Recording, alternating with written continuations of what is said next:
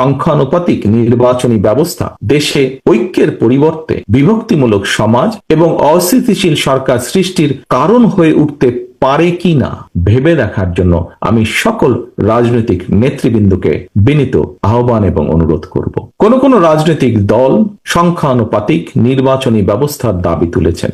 বিশ্বের কোন কোন দেশে সংখ্যানুপাতিক নির্বাচনী ব্যবস্থার বিধান রয়েছে, তবে বাংলাদেশের বিদ্যমান বাস্তবতায় এবং ভৌগোলিক রাজনৈতিক প্রেক্ষাপটে এই মুহূর্তে বাংলাদেশের জন্য এই ব্যবস্থাটি কতটুকু উপযোগী অথবা উপযোগী কিনা সেটি গুরুত্বের সঙ্গে ভেবে দেখা জন্য আমি সকলের প্রতি অনুরোধ রাখব।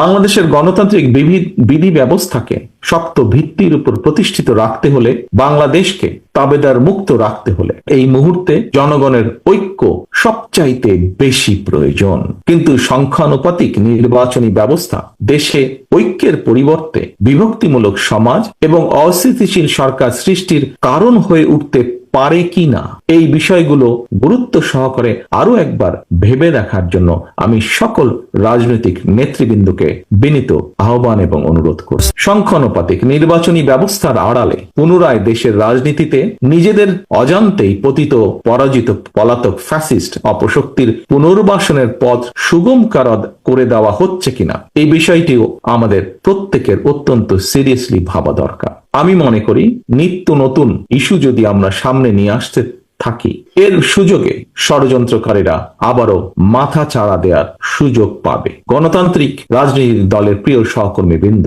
অন্তর্বর্তীকালীন সরকারের পক্ষে জনগণের প্রতিদিনের সমস্যা সমাধান লাঘব করা সম্ভব নয়। জনগণের সমস্যা সম্ভাবনার কথা তাদের কাছে পৌঁছানোরও তেমন কোনো মাধ্যম নেই রাজনৈতিক দলগুলোর যেমন থাকে। সুতরাং সংস্কারের ইস্যু নিয়ে আমরা যদি অন্তর্বর্তীকালীন সরকারকে ব্যস্ত রাখি, তাহলে হয়তো বা সেটি জনগণকে তাদের রাজনৈতিক এবং অর্থনৈতিক অধিকার থেকে বঞ্চিত রাখতে পারে। যেসব বীর সন্তানেরা বাংলাদেশের জন্য অকাতরে জীবন বিলিয়ে দিয়েছেন, যেসব মানুষগুলো চোখ হারিয়ে চিরতরে অন্ধ হয়ে গিয়েছেন, হাত পা অঙ্গ প্রত্যঙ্গ হারিয়ে পঙ্গুত্ব বরণ করেছেন, মাসের পর মাস বাধ্য হয়ে হাসপাতালে চিকিৎসাধীন রয়েছেন, তাদের এই আত্মত্যাগকে বিবেচনায় নিয়ে আমি বিএনপি সহ বাংলাদেশের প্রতিটি গণতান্ত্রিক রাজনৈতিক দলের নেতা কর্মী এবং সমর্থক শুভাকাঙ্ক্ষীদের দৃষ্টি আকর্ষণ করে একটি আহ্বান জানিয়ে বলতে চাই, আসুন আমরা যিনি যার ইচ্ছা মতন শর্তের তালিকা না বাড়িয়ে শহীদদের চেতনায় বাংলাদেশকে উপলব্ধি করি।